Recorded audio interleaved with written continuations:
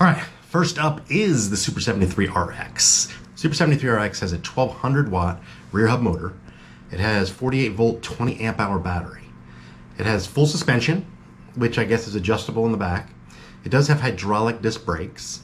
It has just one gear as far as pedaling goes. It does have front and rear lights, which are pretty good. It has a horn. It does have app connectivity. You can connect it to an app that lets you kind of play with some of the settings, which is pretty cool. But it does have a very minimal display. It's like this big, the size of a quarter, and it's just, you know, very, very, very minimal. It doesn't really have any kind of exciting information to share with you, right? So I had the Super 73R, which is very similar. It just doesn't have some of the bells and whistles that this bike had, but same everything else. Very comfortable, very cool looking, very fun, no torque, and minimal range, you know? So all in all, it's an awesome bike. I really wish it had a 52 volt battery, and I wish it had more power and more torque off the line, okay? All right, next up is a company called Be Cool Bikes, and this is their Challenger, which just came out very recently in the last couple months. It's their high-end bike. It has kind of a motorcycle look to it, even more so than like the Super 73. It's got a pretty cool gas tank looking battery. I think it's a cool look. I really like the headlight. It has a 1000 watt rear hub motor. It has a 48 volt, 30 amp hour battery, so pretty decent, definitely bigger than the Super 73. It does have full suspension with hydraulic disc brakes. It has 7 pedal gears, which definitely makes it stand out. It does have a front and rear light. It has a really nice color display, which I was excited about. It has a Shimano tourney derailleur, which is pretty low end, but most of these bikes do. And it comes with a bell. So things I like are the look, the gears, the display, the suspension. I don't like that it has a 48 volt battery. It should have 52 at this point. I do like the 30 amp hours, however. And 1000 watt hub motor, I just feel like it needs a little more, okay? All right, next up we have the Ariel Rider Grizzly, a fan favorite of sorts. I've seen a lot of them. A lot of people have them. A lot of people are very excited about them. It's a $3,299 bike. It has 2 1000 watt rear motors, so one in the back, one in the front. It has 2 52 volt batteries, totaling 35 amp hours, so that's pretty significant, so great range. I rode with a gentleman on like an 18-mile ride, and he still had more than 50% left, so great range. Full suspension, hydraulic disc brakes, 7 gears, front and rear light, has a USB port, has a pretty nice color display, and then like the others, kind of a basic entry-level derailleur, Shimano Altus. I've also seen people put a bigger seat on it that goes all the way to the back, like it aligns with the back of the battery, so it's a bench seat, so 2 people can sit on it. So all in all, pretty good bike. Definitely has some torque. I saw this gentleman ride up a big steep hill with me, no problem, and keep up. Good top speed, good range, and it's a really good looking bike. So all in all, big thumbs up. All right, next up is the Juiced HyperScrambler 2. It came out a good year ago or so ago.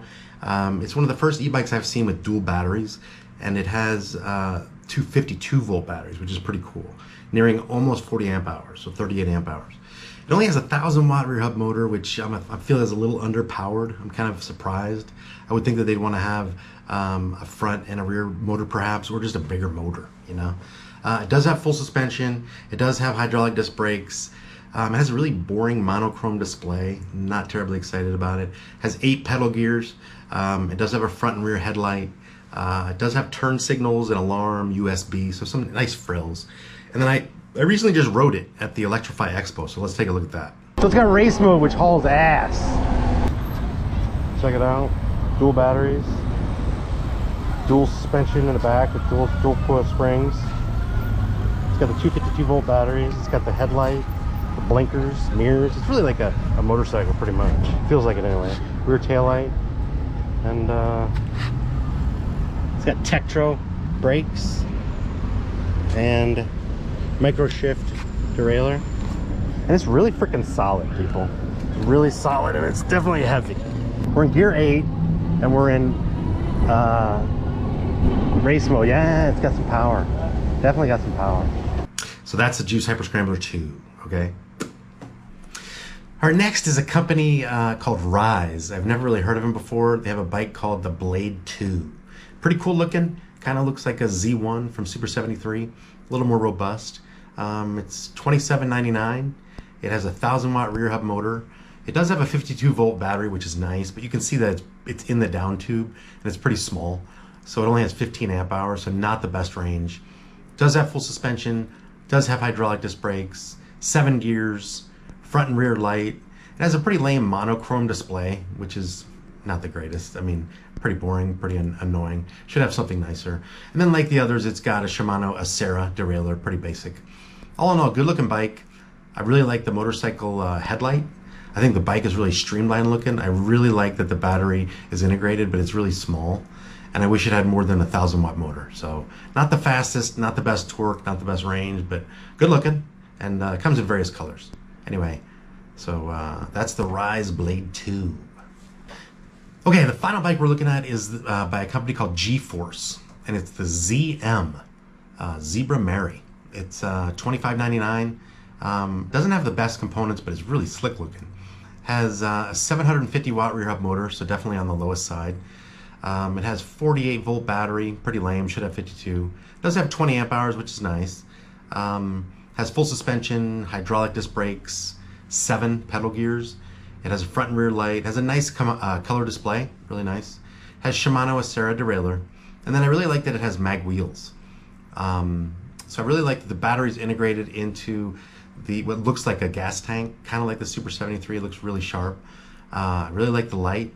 I like this bench seat, and I really like the mag wheels. But it's a little underpowered, and it doesn't have a lot of range. But all in all, good looking bike, and on the lower end of price, so makes sense. All right, now we take a look at all the different bikes on various metrics, and I have what you call, the T or the cross quadrants. Upper right is obviously the best. I measure these different bikes on various criteria.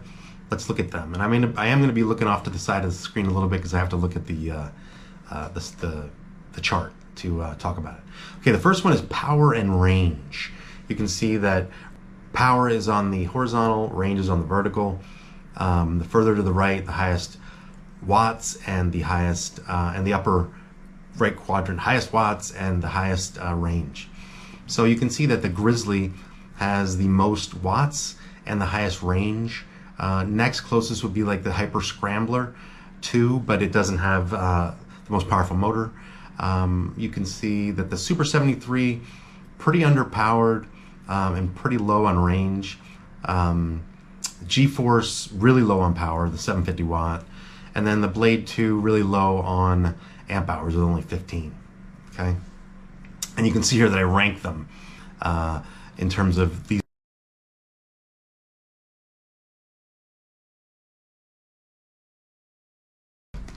Okay, the next is affordability and gearing, kind of what you're getting for your money, if you will. And on the horizontal axis is the price. I put the highest on the left and the lowest on the right because the more advantageous is on the right. And then the gears, the pedal gears. So you can see that the Challenger G-Force, although it's underpowered, it does have the most gears, and it is the cheapest. You can see the Super 73, unfortunately, bottom left corner, not where you want to be, has 1 gear, and it's one of the most expensive. So just kind of puts it into perspective of where the bikes fall. Okay, and you can see there the ranking for these criteria as well. All right, now the final comparison, if you will, components versus styling. On the bottom, I have kind of from a component standpoint, components and then frills like bells and whistles, like bells and whistles, like bells, USB ports, that kind of thing. And then components, I'm talking about dual suspension, lights, etc. Poor frills on the left, good frills on the right. And then in terms of styling, this is subjective, I'll give you that. Everything else has been objective, but subjective from a standpoint of lame on the bottom, cool on top, what I think. So this is actually my opinion. Super 73, good frills.